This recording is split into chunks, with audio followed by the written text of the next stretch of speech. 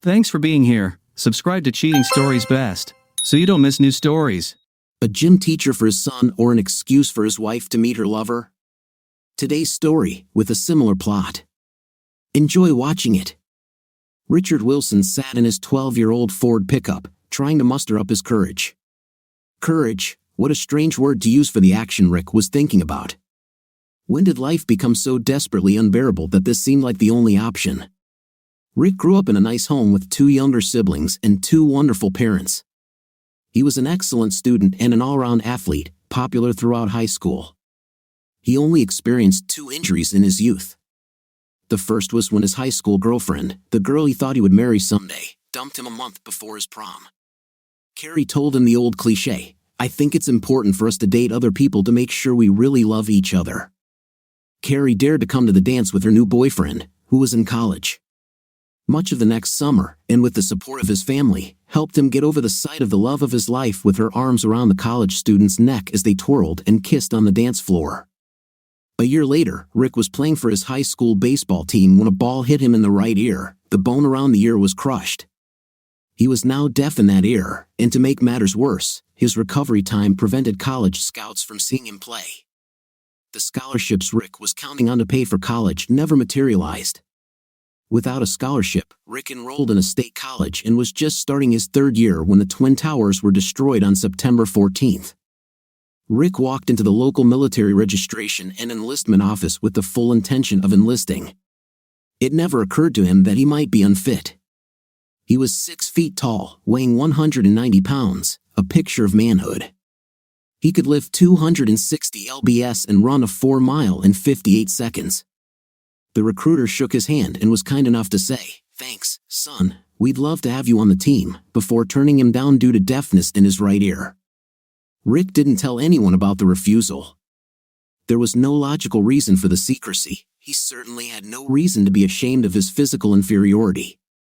He simply could never overcome the feeling of inferiority and carried it deep in his soul for many years. Rick graduated from college with a degree in finance and began working at the local branch of a growing bank, Washington Mutual. It was 2003, and the mortgage market was booming.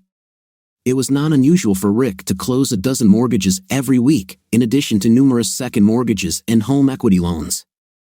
The economy was booming, and Rick was feeling good because he was helping people buy their dream home or use the equity in their homes to buy things, boats, new cars, swimming pools, that the average blue-collar worker could never have dreamed of before this economic boom. A year after graduation, Rick met Stacy Wallace. He was playing outfield and was the 4th bat in an adult baseball league when he saw a pretty brunette in a skimpy blouse and not-so-skimpy summer shorts in the stands with the wife of one of his teammates. After the game, Jeff and Jenny introduced Rick to Stacy and asked if he would like to join them at the local pub for a pint. Rick and Stacy sat at a table with drinks, waiting while Jeff and Jen talked to another couple at the bar. Stacy was the first to break the silence. "This is at least the 3rd time I've been matched like this," Rick laughed. "They weren't even trying to be subtle, but I like it." "I hope you do too." Stacy responded with a laugh. Rick noticed how her blue eyes sparkled when she laughed, much better than last time. I don't mean to sound mean, but he was too narcissistic.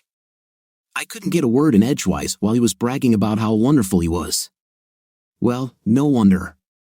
He was trying to impress a beautiful lady. Stacy blushed. "Ah, flattery instead of boasting. Is that your method?" As soon as she said that, Stacy blushed even more. Her cheeks practically burned as she apologized. "Sorry, Rick. That was rude of me. I'm getting a little nervous here, and it didn't come out the way I intended." "Nervous about what?" Rick asked. "I've been nervous ever since Jenny pointed at you on the field and said we'd go out together after the game. I watched you play and wondered if you'd be a disappointment," Stacy said, still racing her brain. She said the first thing that came to her mind, "Well, look at you. You're beautiful." Now it was Rick's turn to blush. "Ah, flattery. Does this work for you?" It was the perfect moment for Jeff and Jenny to return to their table. Jenny looked at them, wondering if this was yet another failed attempt at playing Cupid. "What's happened?"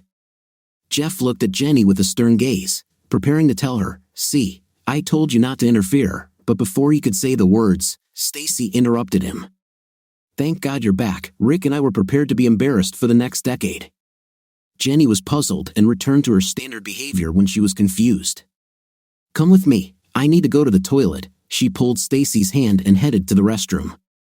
Rick looked at Jeff. "Toilet?" Jeff just shook his head. 3 years of marriage to Jenny had taught him when to keep his mouth shut and not ask. "Okay." Rick finished his first glass, noticed that Jeff's glass was almost empty, and ordered 2 more from a waitress passing by. "I like her. She's funny, beautiful, and there's something about her eyes and smile. Jenny will be glad. Her success in such matters is doubtful." "Are you going to tell me why she's still single?" "Same reason why you are alone. There are too many losers and users. It's hard to find one."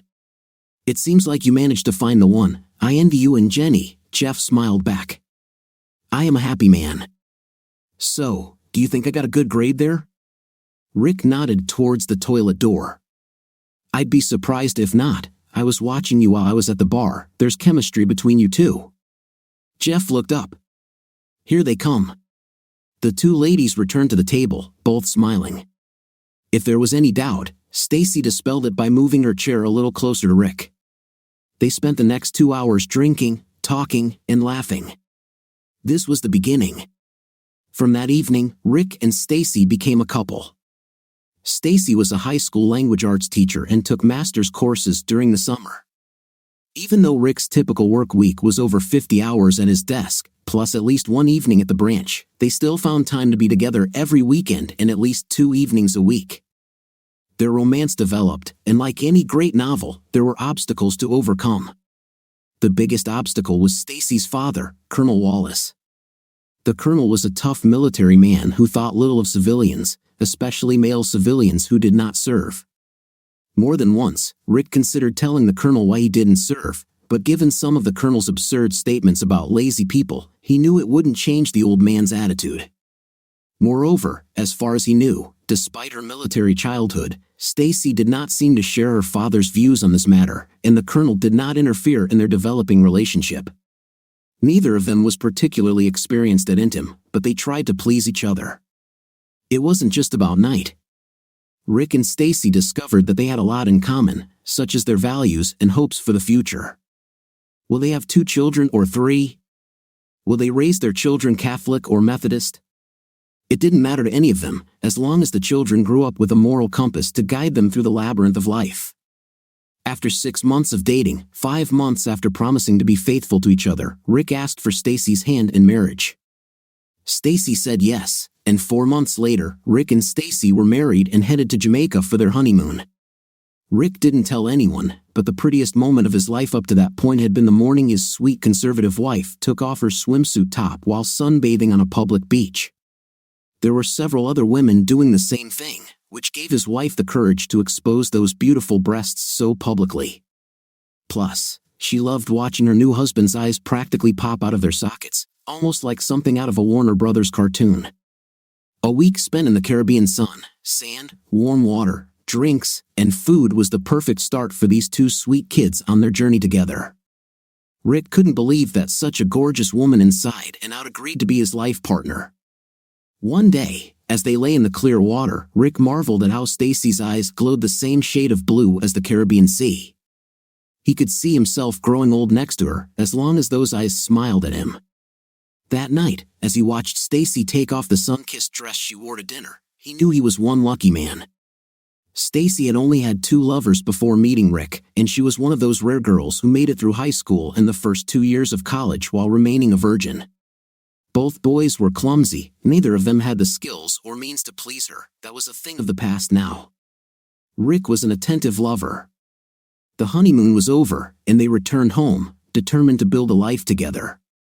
With the luxury of 20/20 vision, it's easy to find fault with the decisions Rick and Stacy made over the next few years, but if all the great minds at the Federal Reserve Bank, the Treasury Department, Congress, the White House, and almost every financial institution could have missed the coming wave of events that created the Great Recession, can we really expect more from the 2 people who put their trust in it? Great minds?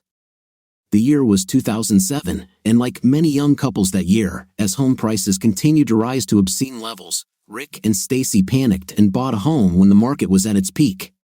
Why continue to waste money renting when we could be building equity? The house they bought, a modest 3-bedroom duplex, would probably have cost $200,000 in 2003. By the time the Wilsons bought it in 2007, having won the bidding war to buy it, the closing price was $420,000. The realtor told them they were lucky to steal it with such a low bid. Right after securing their first home and mortgage, Stacy had what they both thought was a brilliant idea. Stacy would quit her job for a year, finishing her master's degree in 1 year instead of 3 summers of school.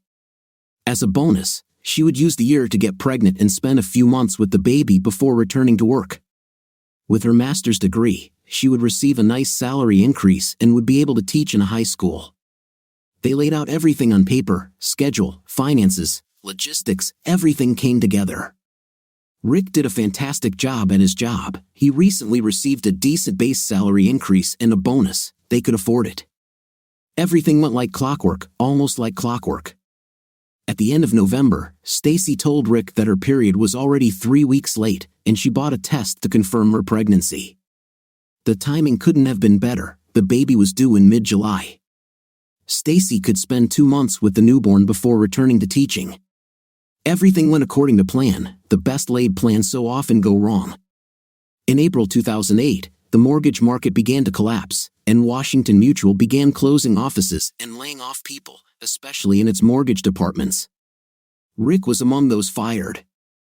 Rick had to be unemployed for 5 months before eventually landing a job as one of 2 assistant managers at a discount store. The salary was about half of what Rick earned at the bank. Assistant managers were required to alternate shifts every month and split their days off. On May 15th, Stacy went into labor. Amy Wilson was born 7 weeks premature. It would be 3 weeks before the Wilsons could bring Amy home to the nursery that Stacy and Rick decorated for their baby. Hospital bills were piling up. Rick's COBRA insurance covered some of them, but not nearly as much as his previous employment plan would have covered. Stacy finished the semester anyway and got a teaching position at the local high school. This gave her 10 weeks at home with Amy before the school year began. Stacy's mom agreed to look after Amy while Rick worked the day shift at the store. There were 2 incomes, but it was still not enough for all the bills. They were upside down on their mortgage. Selling the house was not an option. Amy had a number of health problems, colic, ear infections, etc., which made it difficult for them all to get a good night's sleep. The weight of it all continued to weigh on Rick and Stacy. Weeks passed without any physical intimacy between them. Working from 4 p.m. to 11 p.m. every other month and so many days off seriously reduced the time Rick could spend with Stacy. Best friends became roommates. The small cracks in the Wilsons' marriage began to widen. During Stacy's second year of high school, this was the year that a new physical education teacher, Kyle Turner, arrived at the school. Kyle was a magnificent specimen, standing 6 feet 3 inches tall, weighing 220 pounds, and built like a linebacker, with long blonde hair and somehow always with a slight stubble on his face, just enough to give him a masculine look. Teachers, young and not so young, began whispering about the young teacher after the first day of preparation for the new school year. Since it was prep days 2 weeks before the first day of school, most were dressed casually. Stacy wore shorts, not Daisy Dukes, but short enough to show off her long, tanned legs. Stacy's top was also flattering, undone just above the point where her cleavage would be visible if she bent over. She couldn't dress like this when school started, but after spending the summer getting her body back to pre-pregnancy shape, she felt like she deserved the chance to show off a little. She never expected to find someone as handsome as Kyle Turner sitting in the audience on the first day. Kyle noticed Stacy immediately. He saw legs, breasts, a pretty face, and saw the rings on her left hand. The rings didn't upset him. Stacy wouldn't be the first married woman to attract Kyle's attention. In fact, he liked them in marriage. No strings attached intimate was part of his charm, almost as great as the secret knowledge of how to cuckold some poor guy. Kyle's pursuit of Stacy started on the first day, slowly at first because he had all the time in the world. Rumors started circulating in the first week, from where, no one knew.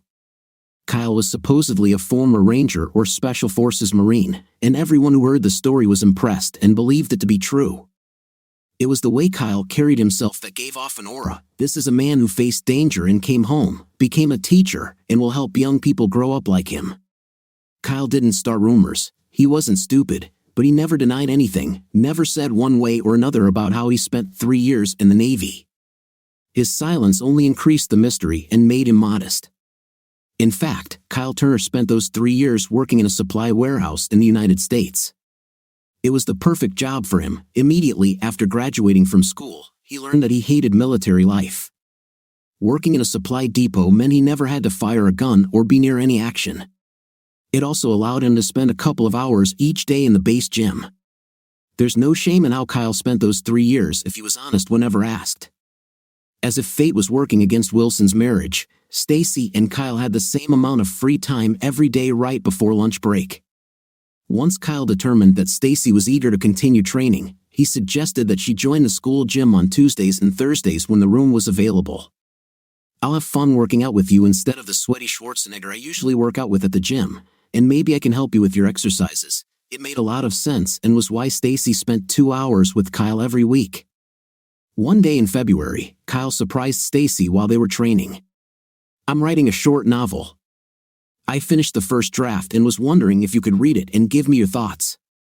Stacy responded exactly the way Kyle wanted. She didn't treat him like an illiterate gym teacher. "I wish I could." "What is it about?" "It's a war story, but that's all I have to say. I would prefer that you read it without any preconceived notions." "I can do it. I'll get it." "Thank you." That evening, while Rick was at work and Amy had gone to bed, Stacy began reading Kyle's short novel about a Navy SEAL in Iraq. Stacy finished the first half before Rick got home. She could have finished it that very night, but writing notes in the margins for Kyle's second draft slowed her down. The main character's name was Tyler, and Stacy couldn't help but believe that Tyler was Kyle's nickname and wondered if the story was true. Of course, that's what Kyle had in mind when he wrote the story and asked Stacy to review it for him. Stacy thought the name Tyler was a clever portmanteau of Turner and Kyle. The next evening, Rick was working, Amy was in bed, and Stacy was reading the second half of the novel. The second half contained a chapter describing Tyler's exploits while on vacation in Italy. It was very stuffy in the passage. Stacy dropped her editing pen, and her fingers were in her pajama pants before she knew it. Tyler had never had trouble finding a good woman to spend his days and nights with on previous holidays, but the 3 weeks he spent in Italy after 5 months of Taliban devastation exceeded all expectations.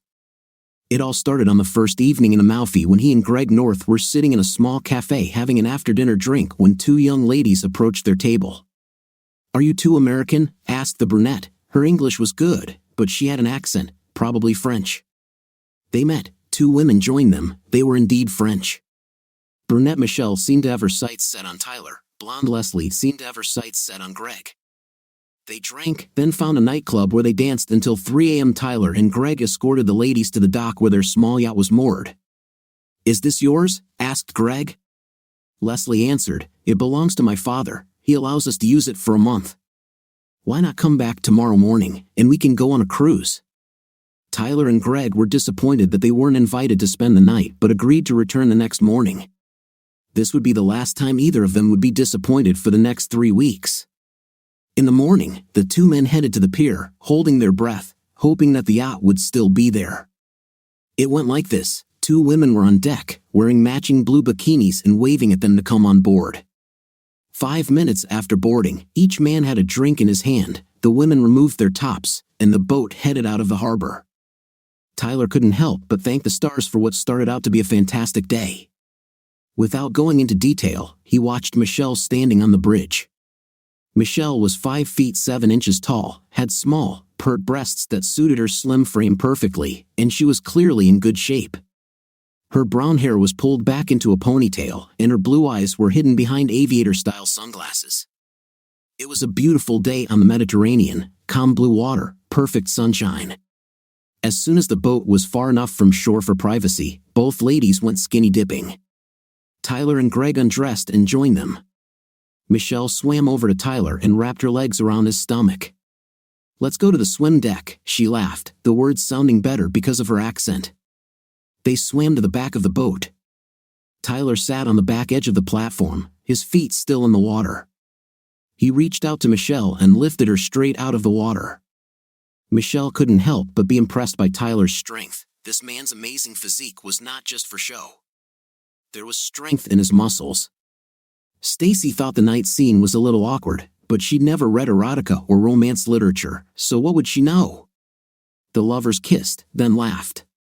Michelle leaned back until she fell off Tyler's lap into the sea. Tyler leaned forward to follow her. By the time Tyler returned to the boat, Greg and Leslie walked out of the cabin onto the main deck, still completely without clothes. Leslie pulled Michelle into the cabin for a moment. When they left, Greg and Tyler were still standing there, wondering what would happen next. Michelle and I were hoping that you would both like to spend your 3-week holiday with us on our boat. We'll go back to shore, you can check out and grab your things, and we'll go on a tour of the Mediterranean together. What do you say to that? Tyler and Greg looked at each other, nodded in silent agreement, then both answered in unison, hell, yes. Thus began the most daring vacation these two seals had ever experienced. Stacy read the next few pages, describing an intimate detail more intimate between Tyler and Michelle. Now, every time she read the name Michelle, she replaced it with her own and imagined Tyler spending time with her. Finally, after reading the scene where they make love on the flight bridge and then lie on their backs looking at a million stars, Stacy couldn't take it anymore. She threw the pages onto the bed and closed her eyes. Stacy imagined Kyle's arms holding her, his lips kissing her.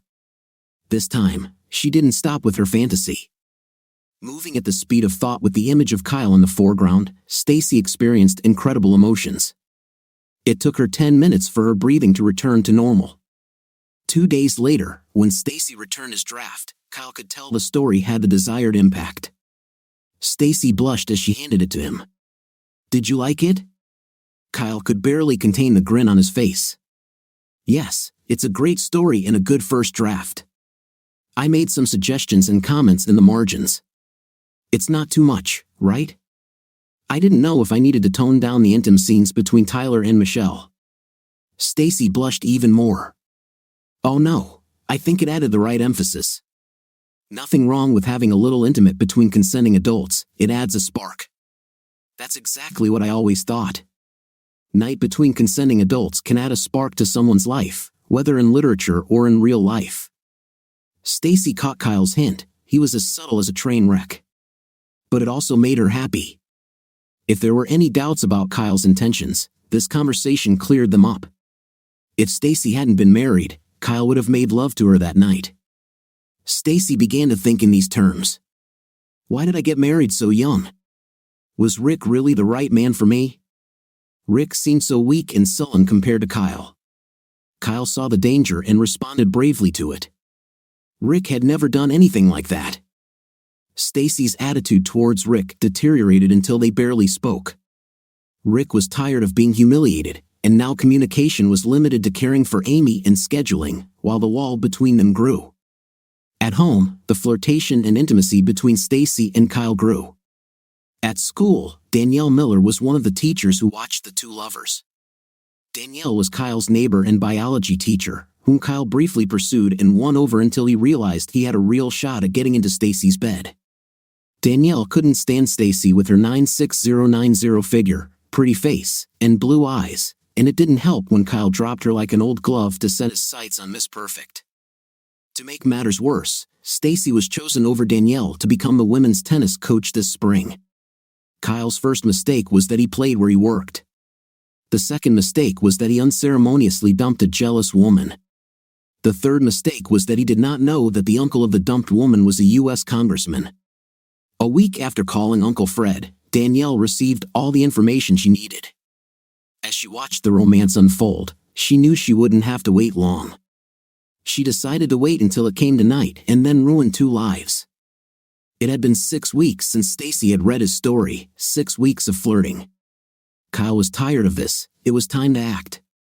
Stacy, you've been teasing me long enough. I'll make a reservation for us for dinner Thursday night. I know it's your book club night, I read your planner. We'll go to Karen's for dinner and then go across the street to the Hilton. I will give you love like no one else could. Stacy didn't object to Kyle's demands, All she could think about was how courageous and determined her future lover could be. How different that was from Rick. Rick always asked, Kyle spoke. She had one question: why at the hotel? Why not at your home? Because there are 3 other teachers living in my complex. I'm guessing you don't want to be seen coming and going from my apartment. Not yet anyway, while you're married to that loser. Stacy couldn't help but smile at Kyle's politeness towards her situation. It didn't occur to her that she should protect her husband. After Kyle called Rick a loser, and Kyle couldn't help but smile inside. He once again managed to tell some stupid woman that they had a future without saying it directly, a future he had no intention of making permanent. He would enjoy a few months of intimate with this lady before moving on to his next conquest. Stacy was already late for practice, and the girls were waiting, so she made a decision: it's a date. Rick and Stacy were in the kitchen Thursday morning, drinking coffee. Amy ate her cereal as usual, throwing it around. Rick, remember I have a book club after tennis practice tonight. You'll have to pick Amy up from mommy before 6 o'clock and feed her. I'll be home by 10 o'clock. I can handle it. What book are you discussing tonight? This question got Stacy thinking. Was this a trick question? Stacy took a sip of her coffee to buy time before answering, but there was still an edge to her tone. Water for elephants. Why do you ask? You're not usually interested in my book club. Rick was a little taken aback by Stacy's tone, but realized that it was only emblematic of how she had been treating him lately. I didn't mean anything bad. I was just trying to be polite. Rick grabbed his lunch from the counter, kissed Amy on the head, and made his way out of the house before he lost control. Rick's quick departure did not go unnoticed by Stacy. At first, she was angry at Rick for leaving without saying goodbye. Then she realized that she probably hadn't said anything nice to Rick in weeks. Before the first period, Kyle looked into Stacy's class. He looked around the room to make sure no one could hear him. We have a table at Karen's for 6 in a room across the street at the Hilton. Don't be late for dinner. I know you need to get home tonight, and I'll need every minute with you to make up for the months I've waited to stay with you alone, with you. I need to be home by 10 o'clock. Should we skip dinner? Stacy laughed quietly. The door was still open. Nice try, mate, but I'm looking forward to a nice dinner and a couple of glasses of wine, and no kids. And after that too. Now get out of here. Stacy didn't know how she managed to stay calm all day and during tennis practice. She dismissed the team a few minutes early. At 10 minutes before 5, everything went according to plan. After tennis practice, Stacy waited until all the girls had finished in the locker room before changing out of her sweatpants and into the little black dress she had last worn when Rick took her to the Crystal Room for New Year's. When was this? Almost 3 years ago, when they had money for such things. This was the last time she wore 4-inch heels with over-the-knee stockings. Stacy took one last look at herself in the full-length mirror. She knew Kyle Turner would like what he saw tonight, and even more so when the dress came off. Stacy looked at her reflection and tried to convince herself, I deserve it. The clothes she wore to school that day were in a small suitcase. She planned to shower and change at the hotel before returning home. Her hair was pulled back into a stylish ponytail, eliminating the need to wash and dry it afterwards. Stacy left the building, locking the doors behind her, and was walking to her car when a blue Honda pulled up. Angel Martinez, one of the seniors and a member of the tennis team, almost jumped out of the Honda. Mrs. Wilson, thank God I caught you before you left. I left my textbook and ethics notes in my locker, and I have a test tomorrow. Can you open it for me so I can get them, please? Stacy felt embarrassed that one of her students had caught her like this. She told Angel to follow her and went back to the locker room while Angel chatted the whole time. Mrs. Wilson, you look so elegant tonight. On a weekday. Are you and Mr. Wilson celebrating something tonight, like an anniversary or something? Before Stacy could respond, Angel continued to ramble. I was always so embarrassed when my mom and dad would go out like that. Mom would wear something kind of nicely, and Dad would wear a nice jacket. They would come home, and it was like get a room because they would hug and kiss. And I was at that age where you hate the thought of your parents doing this, right? Angel was getting louder as Stacy stood at the door, and Angel was at her locker. Angel returned with a book and notebook in her hands, continuing to talk. Then when I was old enough to realize it, I was pretty proud of them. Here they are, after almost 20 years together and 3 kids, and they're still in love. How cool is that? Now they were in their cars, and Angel looked straight into Stacy's eyes.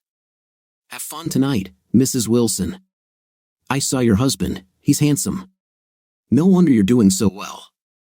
And she left. Stacy stood outside her car with the door open and sobbed, talking uncontrollably to herself. What a stupid and selfish fool I am. Do I deserve this? That's what I told myself. What I deserve is to lose my family for what I was about to do. When did I become so selfish and self-righteous? No one answered Stacy's questions. It took her about 10 minutes for her tears to clear up so she could start making her way home. She was so upset that she didn't even think about how she was dressed. All she wanted was to hug her husband and child. Rick spent the day depressed.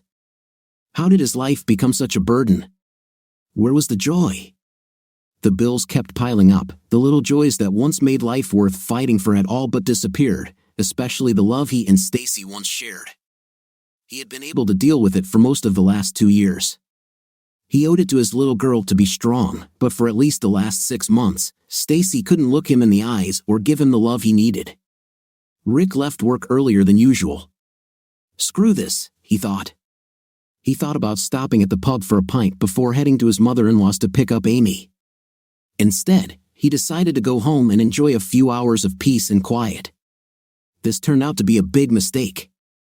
Rick took the mail from a box by the road and made the mistake of opening 2 envelopes with overdue written on the outside of each. How humiliating. Rick walked inside, read both notices, and wondered where he was going to get another $1,500 by the end of the month. Rick walked past the refrigerator with its 2 cans of cheap lager and reached over to the top cabinet above the stove where they kept a bottle of bourbon in case the Colonel visited. An overwhelming feeling of despair and depression passed through him after he took his first sip of alcohol. He took a second drink. Rick had been thinking a lot over the past 3 months. He knew why. He knew how. The only decision left until this evening was when. Why?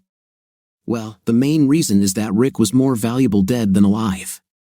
The Wilson family's desperate financial situation could be improved by an influx of capital from the life insurance payout. Another reason is that life was no longer worth living. Rick was tired of playing Sisyphus, rolling a stone up a hill only to have it roll back down again. It was bearable when he did it as a team with Stacy at his side, easing the load with her smiles and love. But for at least the last 6 months, he had been pushing this stone up the mountain all alone. How? This took a lot more thought. It didn't have to look like suicide for 2 reasons. It would be painful for Amy if she grew up and ever found out that her father committed suicide. The second reason was financial. Rick's $250,000 life insurance would have paid out twice as much if the death had been an accident. The perfect solution, like many perfect solutions, was right in front of him every day. On his way to and from the city, Rick passed by Death Row Suicide Curve. It got its name after the second of 2 cars fell off a cliff into a gorge. It was a dangerous part of the old road between the city center and the area where the Wilsons lived. Years ago, the city created an alternative route into downtown after it was determined the highway department could not correct the curve and make it safe. The city even considered closing the road, but too many residents objected to the closure because the alternative route took 12 minutes longer. The city kept it open, installed cheap fencing, and reduced the speed around the curve to 15 miles per hour. So, the only thing left to decide was when, which was decided when Rick took his second sip of bourbon.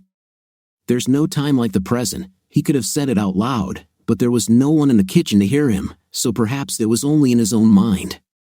Rick took the keys to his pickup truck. The car would easily break through the flimsy barriers on the curve. Rick stopped when he opened the door. Hell, would 2 shots of bourbon affect his blood alcohol level enough to make him legally drunk? Will this affect my insurance payment? Rick decided it wasn't worth the risk. He returned to the house, vomited in the toilet, rinsed his mouth, and washed the glass before putting it back. 10 minutes later, Rick sat in the truck, engine idling, staring at the curve, trying to work up the courage to take the plunge. Stacy decided to take a shortcut home to save a few precious minutes.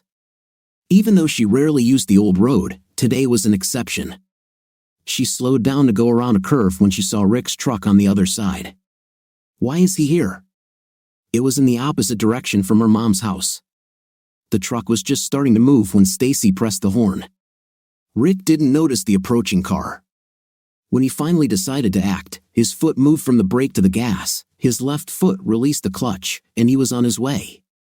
Suddenly, his subconscious registered the sound, and his eyes focused on the approaching car.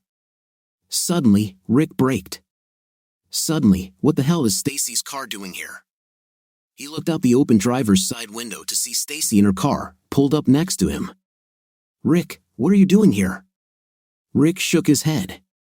He was so determined to do the deed that he seemed as if under anesthesia. He just looked at his wife, trying to understand what she was saying. Rick, where is Amy? A terrible thought popped into Stacy's mind, and she ran out of her car and ran over to Rick's truck, looking into the cab. Rick still didn't say a word, just looked at his wife in that beautiful dress. Richard, let us go home. We need to talk. Stacy returned to her car and waited for him to turn his truck around before following him home. As soon as she entered the house, she went into the bedroom to change clothes. 5 minutes later, she appeared in the kitchen where Rick was sitting at the table. She quickly called her mother. Mom, can you watch Amy for the evening, please? After which, she turned. Tell me why you were on the curve. Rick told Stacy how he wanted to die and planned to finish everything that evening. Before he finished, Stacy was sitting on his lap, holding his head, crying on his chest. She looked into his eyes and begged, Please, Rick. I love you. Let's recommit ourselves to each other and try to get back to being friends and lovers. I don't want to live without you. Rick was glad to hear that Stacy wanted to save the marriage, but he needed to ask, how do we do this? First, we will swallow our pride and ask for help. There's not much pride in trying to commit suicide, and forgive me, there's no pride in planning to meet your lover in some hotel. So pride shouldn't be an issue. Who do we ask for help? Rick's comment about the hotel room stung, but Stacy knew she deserved it. We'll ask Mom. The last time she offered us money, we were too proud and refused. She has money that she inherited after my grandfather died. It's in certificates of deposit, and she offered to lend us as much as we need if we pay her the same interest she gets from the bank, 3%, and we won't have to pay her back the principal until we get back on our feet. We'll use most of the money to pay off everything except the mortgage and some to see a marriage counselor. We need help, Rick. We can't do this on our own. Rick didn't agree to it that night. Stacy and Rick spent the next week discussing the pros and cons. They finally agreed after deciding that an experienced third party would be necessary to overcome the trust issues they each had. How could Rick trust Stacy again after she committed emotional cheating and came so close to physical cheating? The thought of Stacy having a night with another man or even kissing him made him sick. How could Stacy trust Rick again, the man who came so close to committing suicide? Could she trust him with her life or the life of their daughter? Stacy had a hard time getting over her fear of what Rick might do. Before all this, other events happened. Stacy returned to school on Friday morning, and everything exploded during the third period. Stacy's free period. Kyle walked into Stacy's class angrier than a wasp. He didn't see the two students working on the information board at the back of the room. Where the hell were you last night? Not only did I have a nightmare from you at dinner, sitting there alone like some idiot, I paid for the damn hotel room where I was waiting for you, just in case. In case you were late. The two young girls ran out of the room, and if Kyle had any sense, he would have left. But he was on the rise and continued to scold and threaten until the deputy director entered the classroom. She had to scream to get Kyle's attention. Miss Wilson, Mr. Turner, come to my office immediately. Rumors of the clash spread quickly, although the full facts were distorted. Danielle Miller figured this was the perfect time to drop her information bomb from Uncle Fred anonymously. Danielle spread the information that Kyle Turner served but was a clerk in the internal service and was never a special forces hero. Everyone felt that Kyle was lying and stealing honor, even if it was a lie by omission. Any sympathy Kyle had hoped for quickly disappeared. His speech to the students and the threats heard by the vice principal became his downfall. With no right to work protected, Kyle was fired that same day. Stacy did better. She was told to be careful, but since she had not broken any school rules, she could be left with a warning to avoid any future misunderstandings. Stacy's mom gave them money. They used it to pay off their debts and began seeing a marriage counselor who helped them find partnership and love again. The big moment in their recovery came a few months later. Stacy, Rick, and Amy visited Stacy's mom and dad. Stacy's mom and dad. Stacy and the Colonel were in the office when everyone in the kitchen heard Stacy's voice rise. "Dad, it's not Rick's fault that the economy tanked and Amy was born premature. He supported my decision to quit my job and go back to school. He works over 50 hours a week at a job he hates to help us stay afloat. He has done nothing but be a faithful husband and a wonderful father, and if you can't respect such a man, then I feel sorry for you. If I hear one more disparaging comment about my husband from your mouth, you will never see me or your granddaughter again." Stacy ran into the kitchen, took Amy from her mom's arms, and told Rick they were leaving. "I can't listen to his insults anymore." "I'm sorry, Mom." She hurried to the car, put Amy in the child's seat, and drove away. Rick kissed his mother-in-law on the cheek and followed Stacy with a big smile on his face.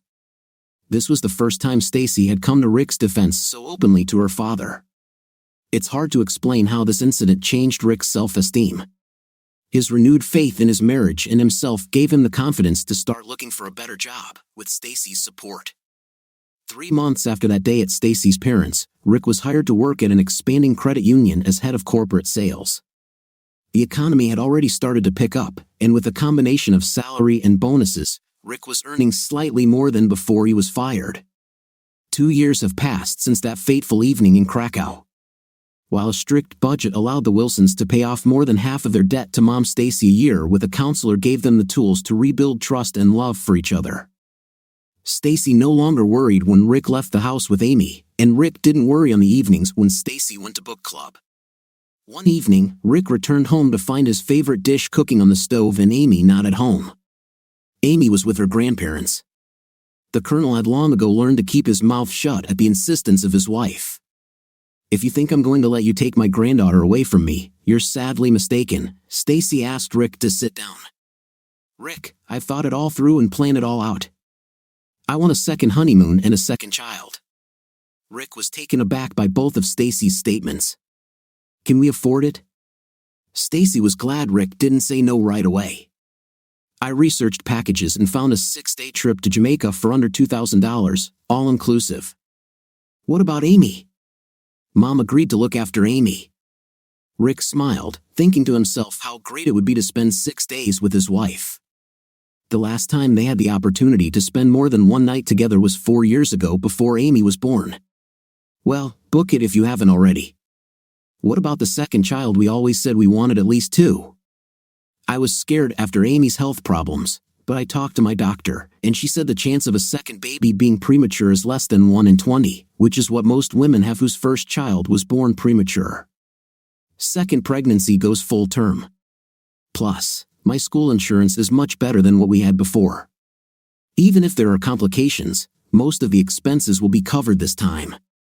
Can I say yes to a holiday now and think about having a second child a little later?"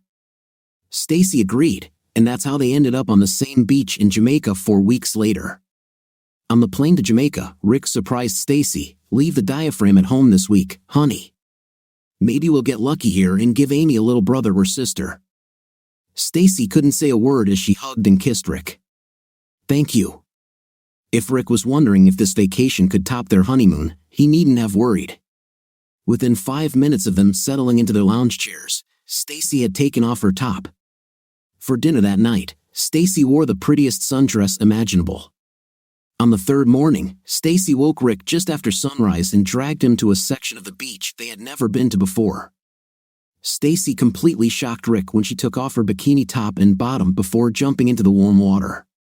Rick snapped out of his stupor, threw off his swim trunks, and joined Stacy. Both of them were floating on the water.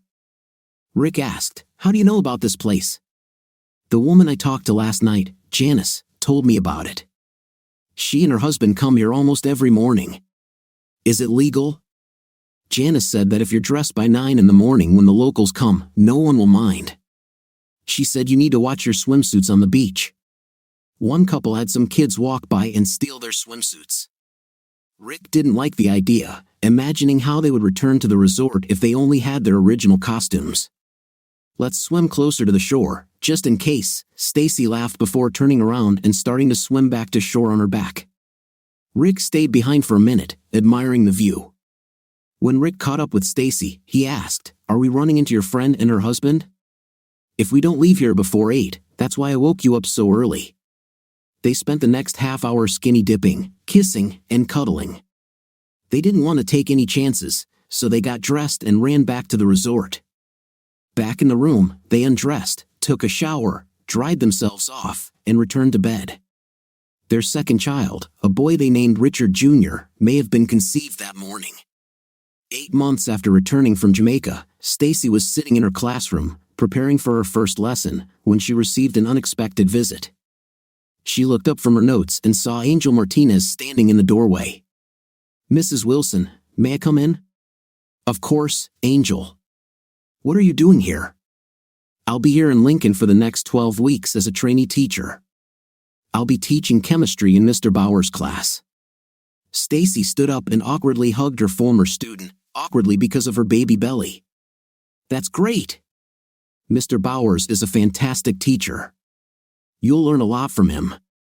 And if you need anything, I'll be here for a couple more weeks, hopefully." "Sorry to say, Mrs. Wilson, but you look like you're ready to give birth at any moment.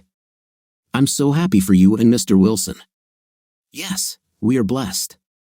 When Stacy said that, she was actually thinking about how blessed Angel was to forget her ethics book all those years ago. School was about to start, the two women hugged, and Angel left. "Thank you, Angel," Stacy whispered quietly, not loud enough for Angel to hear.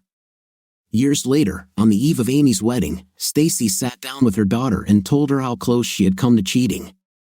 She explained how she became frustrated with their financial problems and why she felt entitled until the moment when she was 1 hour away from making the biggest mistake of her life, a mistake that would destroy their family. She told Amy about how hard they had worked to rebuild their trust in marriage, how happy she was that Rick forgave her and gave the marriage a second chance. Both women ended up hugging and crying. The next morning, a few hours before the wedding, Amy approached her father. "Dad, Mom told me about what happened all those years ago. I think she doesn't want me to make the same mistakes. What she couldn't tell me was why you didn't leave her." Rick wasn't surprised that Stacy shared her story with Amy. Although Rick forgave her long ago, Stacy never fully forgave herself. It was her style to use her mistake to try to warn Amy against life's temptations, even if it meant exposing herself. Well, it would have been a lot harder if your mom had actually gone to that hotel, but she didn't. And your mom not only apologized for how close she came to cheating, but for everything leading up to that night. "I've spent most of my time wondering what my life would be like without you and your mom. I'm sure I'd be lonely and sad. Instead, I've spent the last 20 years happier than any person has any right to be, considering how close I came to destroying everything." "What do you mean?" "Today is not the best day to discuss all the mistakes your father has made or almost made in his life. Let's have a wonderful wedding today, and I promise that someday we will have a drink together, and I will tell you why your mother is the best wife in the world." Amy didn't like it, but she agreed, and she quietly made a promise to herself to soon buy Dad this drink and listen to his story. Rick wondered if he would tell Amy the whole story, the one that no one else in the world knew, how a few days after Stacy's confession, he broke down the door of Kyle Turner's apartment, ready to beat up the scoundrel, only to discover that Turner had already left town. Subscribe to our channel so that your second half doesn't cheat on you, and go ahead and listen to the next story because this story is nothing compared to the next one. If you're under 18, don't even think about listening to the next one. What do you think of our story today? I found the story interesting, with interesting plot twists, but it was a bit boring to listen to. What's your opinion? Write in the comments. See you in the next video.